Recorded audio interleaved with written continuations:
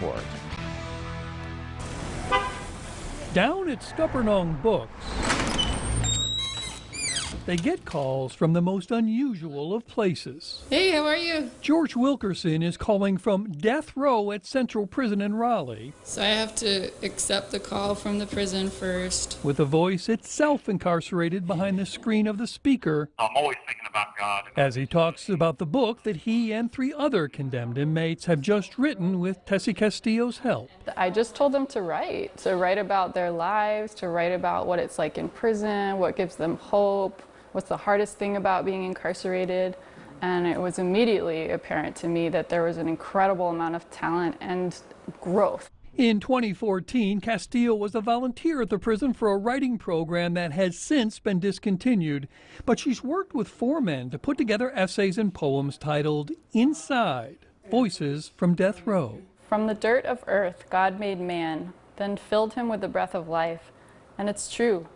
The ground calls us all to return its dust to it, but some of us resist. Wilkerson wrote this. We emerge from the side of Central Prison to play in earth, replenish our God-given humanity, and cling to its sweet breath by the sweat of our brow. The walls press us into each other and toward the only space left open to us. What is your sense of the state of mind of these men when they're in there? Is it fatalistic? Do they have hope? These guys have a lot of hope, yeah. They're very driven to want to make a difference with what they have left of their lives. Their whole mentality is, I know I made a lot of mistakes before. I want to do the best that I can with what I have left. They express just that as they reflect on not just where, but on who they are. And I've been studying the Bible actually since like the day I got arrested. Because one thing was clear to me, the way that I was living, time of my arrest was, my whole life was messed up. I mean, and I recognized it. I was searching for a different way, a better way. That leads Wilkerson to say things that may surprise you. I think I have more joy now than I've ever had in my life. These are men who know they've done horrible things.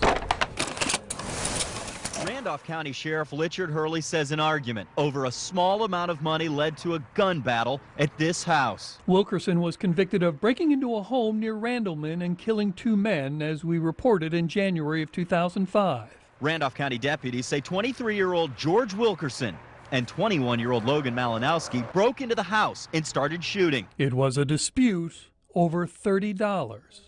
Castillo says that although these men have forfeited their freedom, they haven't forfeited their humanity. We tend to other each other. And we think, I'm the good guy, they're the bad guy, I'm on this side, they're on that side. And I want all of us to be able to see the common humanity that exists in everyone. And if we can see the humanity in people on death row, then we can see the humanity in anyone. Some of that comes out when a child in the crowd asks that a very innocent question be put to Wilkerson. Who's your childhood crush? Oh, oh man, I think I probably fell in love with almost every girl that was nice to me. The book does have moments of repentance that you hear in another author's letter to his son. He says, you want to know why your mother looks at you the way she does? It's because of the way I made her look at me. I brought discontent and disorder between you and your mother because I left her with a reminder of the hurt I had caused. Tessie Castillo hopes the work is a testimony not to the sometimes fallen nature of man, but to the redemptive possibilities within us all.